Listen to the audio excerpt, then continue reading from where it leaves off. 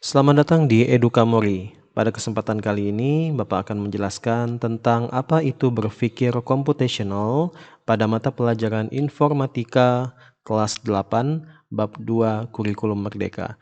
Untuk materi ini dapat kawan-kawan temukan pada halaman 23 sampai 28 pada buku Informatika kelas 8.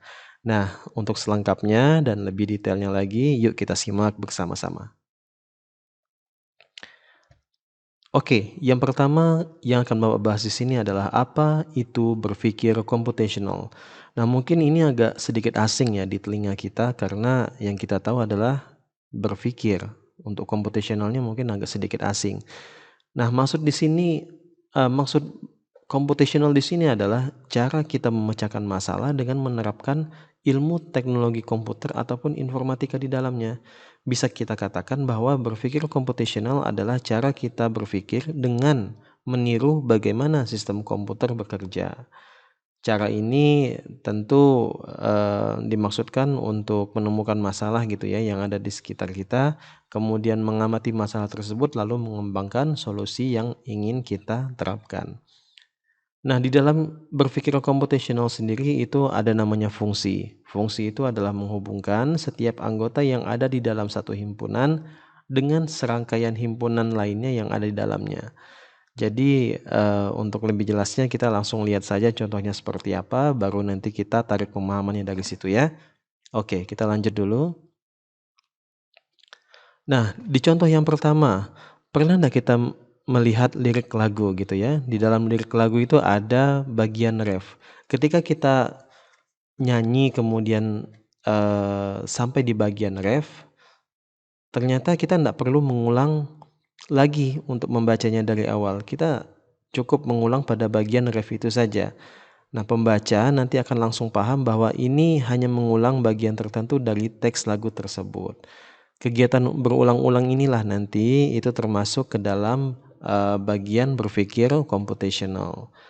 Kemudian contoh 2, pernah enggak kita ketika kita masuk kelas itu tidak hanya berdiri kemudian masuk kelas saja, ada serangkaian kegiatan di dalamnya. Misal baris depan kelas, kemudian guru meriksa kuku, kemudian masuk ke kelas sesuai dengan urutan absen. Nah, ternyata urutan-urutan seperti itu merupakan bagian dari berpikir computational.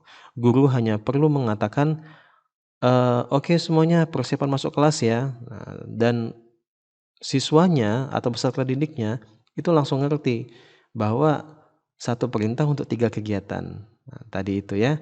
Oke, kemudian contoh yang ketiga, ada seorang ibu menyuruh anaknya untuk membeli gula di warung dengan uang yang lebih gitu ya. Maka di sini berpikir computationalnya adalah si anak itu harus bawa 2. Yang pertama bawa gula, kemudian yang kedua adalah bawa uang kembalian. Karena itu adalah perintah yang diminta oleh si ibu tadi.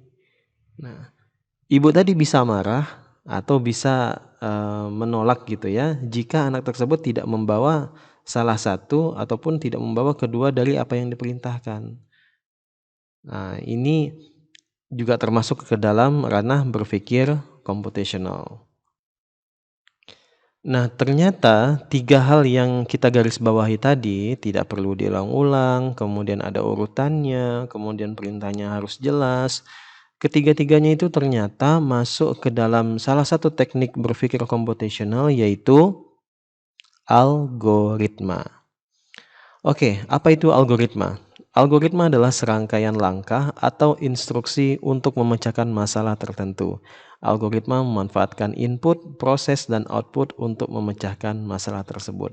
Nah, jadi tadi ada yang namanya serangkaian langkah ya. Nah, kemudian instruksinya juga harus jelas karena itu adalah bagian dari algoritma. Algoritma nanti akan memanfaatkan serangkaian langkah tersebut, serangkaian instruksi tersebut sebagai input bagi dia, sebagai bekal informasi untuk dia. Kemudian informasi tersebut diproses dan dikeluarkan dalam bentuk suatu tindakan atau output. Oke, lebih jelasnya coba kita kerjakan tantangan berikut. Bobo sedang bermain ke sebuah pabrik pembuat kue. Di pabrik tersebut terdapat mesin yang dapat membentuk adonan kue menjadi bentuk-bentuk tertentu. Mesin tersebut memiliki 3 pintu masuk yang ada pada gambar yang ditandai dengan angka 1, 2, dan 3. Kita lihat di gambar sebelah ya, ada 1, 2, dan 3. Adonan kue akan dimasukkan ke dalam mesin melalui pintu masuk tersebut. Nah, jadi adonannya masuk ke ketiga pintu ini ya, dan mengalir di sepanjang jalur yang akan membawanya ke pintu keluar yang ditandai dengan huruf K. Jadi tiga-tiganya ini nanti akan bermuara di sini, di huruf K ini. Oke, pada jalur-jalur mesin terdapat alat pembentuk adonan yang dapat mengubah bentuk adonan tertentu menjadi bentuk lainnya. Alat tersebut ditandai dengan garis strip. Nah, ini alatnya kawan-kawan. Ada 1, 2, 3, 4, 5, 6, 7, 8 gitu ya. Pada setiap alat terdapat petunjuk mengenai bentuk awal adonan yang akan dirubah A dan bentuk akhir adonan setelah melalui alat tersebut B. Proses itu dituliskan dengan A tanda panah B yang artinya jika adonan berbentuk A melewati alat tersebut, adonan tersebut akan diubah menjadi bentuk B. Nah, jika adonannya ini A kena alat yang strip ini, maka nanti dia akan jadi B, gitu ya.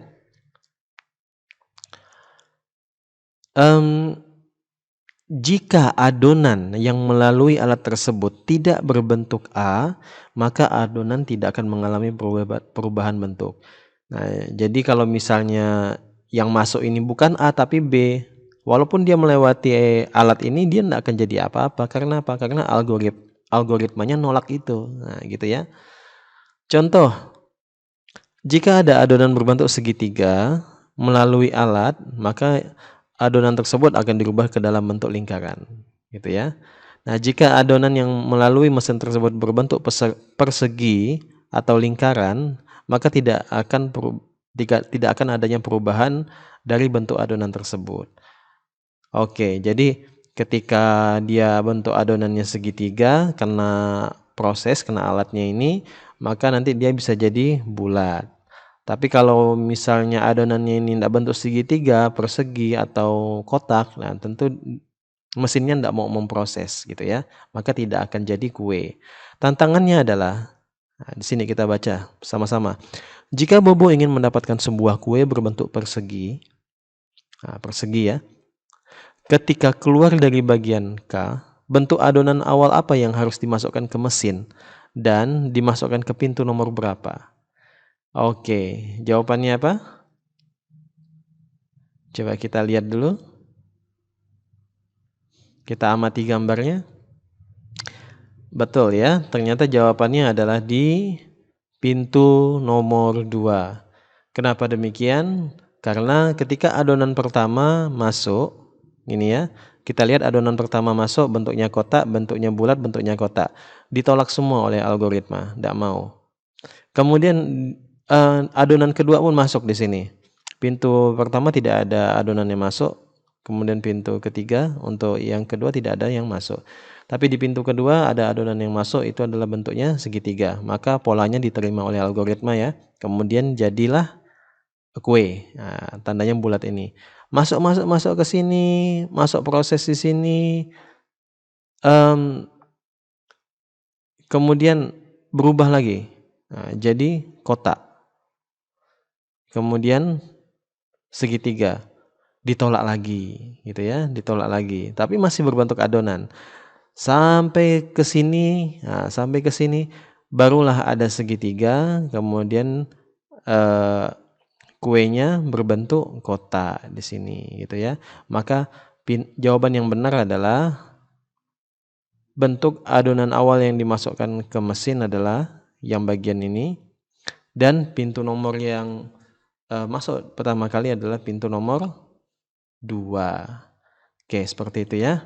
Kita lanjut. Nah, apa pesan algoritma yang dapat kita dapatkan pada kasus yang tadi? Pesannya adalah kue tidak akan jadi jika adonannya tidak sesuai dengan yang diminta. Nah, kita lihat di sini. Mesin tidak mau memproses adonan jika bentuknya tidak sesuai dengan kriteria yang disyaratkan. Kemudian mesin juga akan menolak secara otomatis jika bentuk adonannya beda meskipun dimasukkan dari pintu manapun. Kemudian yang ketiga adalah yang terpenting adonannya harus berbentuk segitiga sesuai yang diminta. Hasilnya bisa bervariasi, mau kotak, mau bulat. Yang penting adonan awalnya harus segitiga. Karena ini adalah perintah dari algoritma itu sendiri. Oke, pesan algoritma ini juga bisa kita temukan di keseharian kita dalam menggunakan teknologi. Komputer tidak akan memproses perintah jika syaratnya tidak terpenuhi. Contoh, misal kita punya HP gitu ya. HP juga punya sistem komputer di dalamnya. Kita ada namanya aplikasi face atau finger unlock, dan pada HP tersebut tentu hanya dapat terbuka jika menggunakan wajah asli pemiliknya. Wajah orang lain tidak mau. Karena itu sudah merupakan algoritmanya, sudah merupakan polanya. Kalau polanya tidak sesuai, dia tidak mau merespon. Kemudian Google Map. Google Map tidak akan menampilkan rute tercepat jika kita tidak memasukkan rute awal dan akhir perjalanan. Percuma ya kawan-kawannya. Kita ingin ke Sukadana misalnya. Kita ingin rute tercepat, tapi kita tidak memasukkan rute awal. Nah, tentu Google Map tidak akan memproses itu. Kenapa Google tidak memproses itu? Ya karena syaratnya tidak terpenuhi. Harus ada syaratnya dulu, terpenuhi dulu syaratnya, baru Google Map merespon. Oke, seperti itu ya. Kemudian contoh lainnya juga dapat kita lihat pada FYP pada TikTok, yang akan memberikan laman tayangan rekomendasi jika kita menyukai atau sering membuka suatu konten tertentu. Oke, yang jelas di sini adalah algoritma mengajarkan kita untuk menentukan indikator atau syarat tertentu sebelum menyelesaikan masalah atau memenuhi kebutuhan yang kita inginkan. Jadi kalau kita dihadapi sebuah masalah, maka kita harus analisa masalah tersebut, kira-kira untuk menyelesaikannya syarat apa yang diperlukan. Seperti itu ya.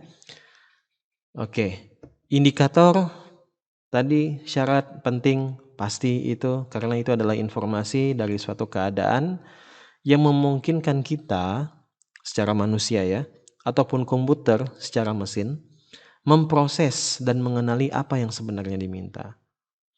Nah, ini penting karena itu namanya indikator. Karena apa kawan-kawan? Karena tanpa informasi input ya, tanpa informasi algoritma tidak dapat melakukan apa-apa. Kenapa algoritma tidak dapat melakukan apa-apa tanpa informasi?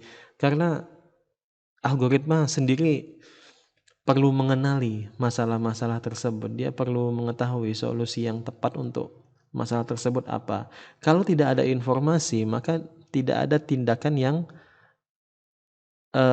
direkomendasikan karena ya tidak ada apapun yang bisa diproses. Nah, itu dia namanya algoritma.